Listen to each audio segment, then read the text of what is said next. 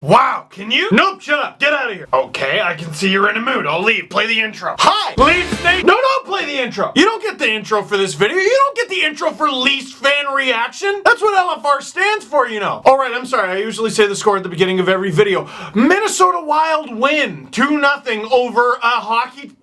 something. Look, you get the Leafs fan reaction intro, and I tell you whether the Leafs won or lost when I think the Leafs played. And until Mike Babcock wakes up and decides not to ice this imposter of a hockey team, I'm not going to call him the Leafs. Last night I was so mad. I was so hopping mad after the game. I wanted to make the video right away, but Mrs. Dangle was already in bed. Can't be yelling and screaming. And I was like, okay, I'll sleep on it. But I had work to do, so I stayed up till 2:30 in the morning. So now I slept on it, but I'm tired, so I'm more mad. Leafs play the Red Wings tonight, and this is going to be a shorter one. Like, genuinely, this is going to be a shorter one. What do I talk about? I always watch the games, but the morning after, just to refresh my memory, I watched the Leafs game in 6. If you're not familiar, the Leafs upload a 6-minute highlight pack of every game to the website after the game. The first Leafs shot on goal was 3 minutes and 20 seconds into the pack! Alex Stalock with the easiest shutout of his entire life. And all in all, the numbers look okay. The Leafs drew 4 penalties to Minnesota's 1. I mean, they were losing for almost the entire game, but the Leafs did outshoot a team for a change, 28-26. Minnesota blocked 21 shots to the Leafs 8, which means the Leafs were peppering them. But if these guys ice the puck one more time with those stupid outlet passes that never work for a month now, they have not worked, I'm gonna beat you with a fish. And not this plushy shark either. I'm gonna go downtown to some market on Spadina, get a giant fish, and clump you over the skull. The fish isn't just reserved for Jake Gardiner anymore. Anybody who wants it can get it. This is the one that made a vein pop out in my neck last night. We had lots of opportunities, lots of looks, and played a pretty good road game. I didn't think spontaneous combustion was possible. Now here's what I've said several times. I've said this a lot of times lately, and I stand by it. I stick to it.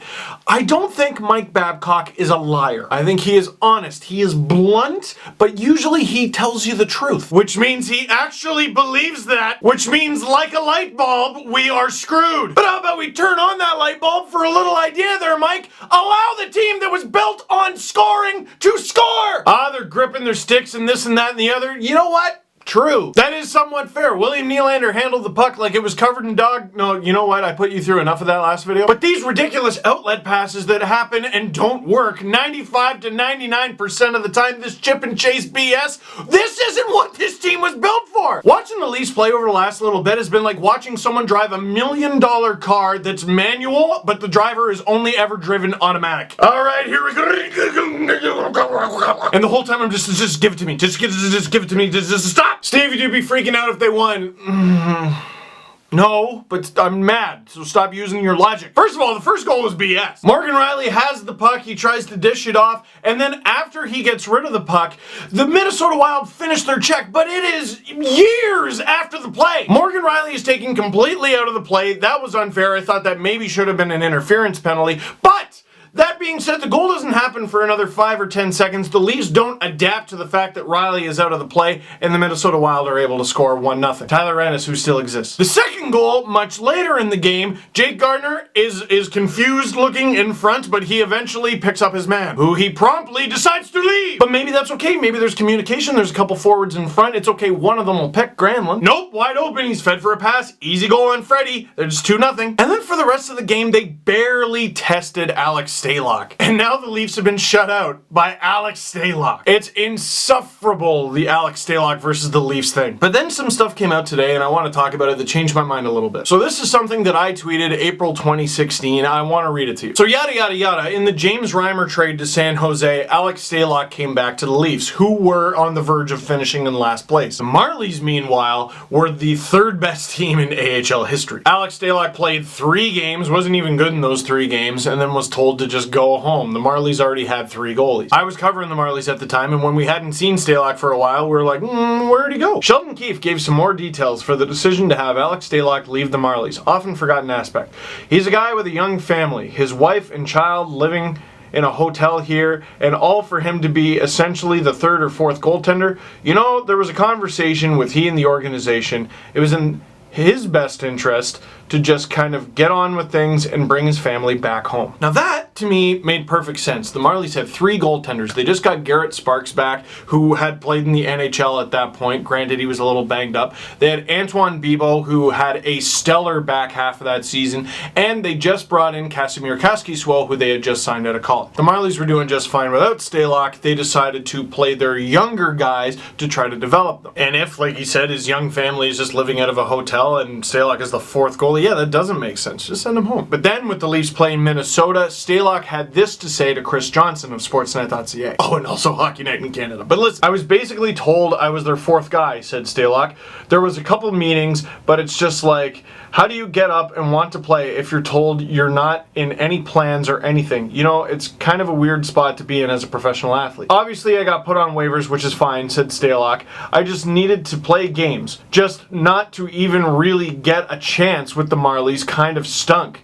They had a good team and had a good chance to win a Calder Cup that year. Which is absolutely true. The Marlies were the favorites to win the Calder Cup. Unfortunately, they fell just short. They lost in the 3rd round, but they got real close. So the impression I got, or I guess maybe the assumption I made, was that Stalock didn't want to be part of this. But now to hear that he actually wanted to help the team win a Calder Cup, I guess I kind of get why he feels like he was abandoned by the Leafs organization. But to that I would say this. Alex Stalock wasn't abandoned by the Leafs. He was abandoned by the Sharks. The Sharks wanted a better goalie for their playoff run, and they got one in James Reimer, who played like 8 games and got 2 shutouts. And I don't know how the trade talks went down, but I got to imagine it was the Sharks going, okay, well, since we're getting James, can you take this guy? We don't even need him. Yeah, but can you take him? You know, like Rafi Torres? Yeah, okay, sure, you're giving us 2 second-rounders, whatever. Now, Stalock followed that up with a spectacular AHL season last year, but his 2 NHL seasons prior to this trade were garbage. So you know what? Absolutely props to Stalock for getting his NHL career back on track. That's a wonderful story.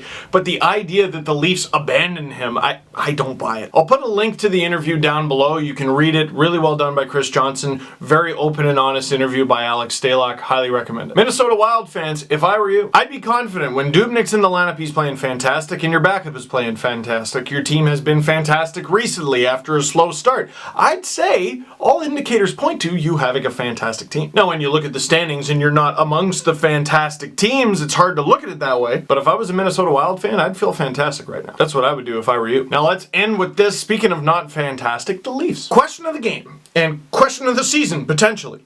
When do the Leafs stop playing like this? When do the Leafs stop getting intentionally, maybe sort of, getting outshot every single night? When do they stop this dumb chip and chase style? When do they stop with the dumb outlet passes that never work and always result in icing? When do they stop? In the past, the Leafs getting caved in possession-wise each and every night, that was a warning sign. That team wasn't good enough. This team, without Austin Matthews, is still better than this. Now, maybe it's Babcock just beating the team into getting back to basics. I mean, after all, I thought they did have a good defensive performance against Minnesota for the most part. Their sticks were good, they were annoying, they were getting in the way. I thought they made Freddie's job easy for the most part, except for the 2 times where they didn't. I am just so very thoroughly fed up with this style.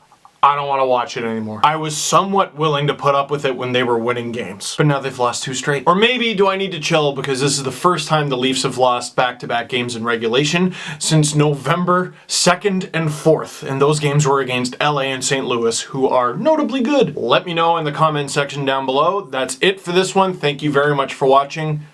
If you would like to click like and subscribe, that'd be wonderful. I would appreciate it. I would also appreciate it if the Leafs return to being the Leafs. Greatly!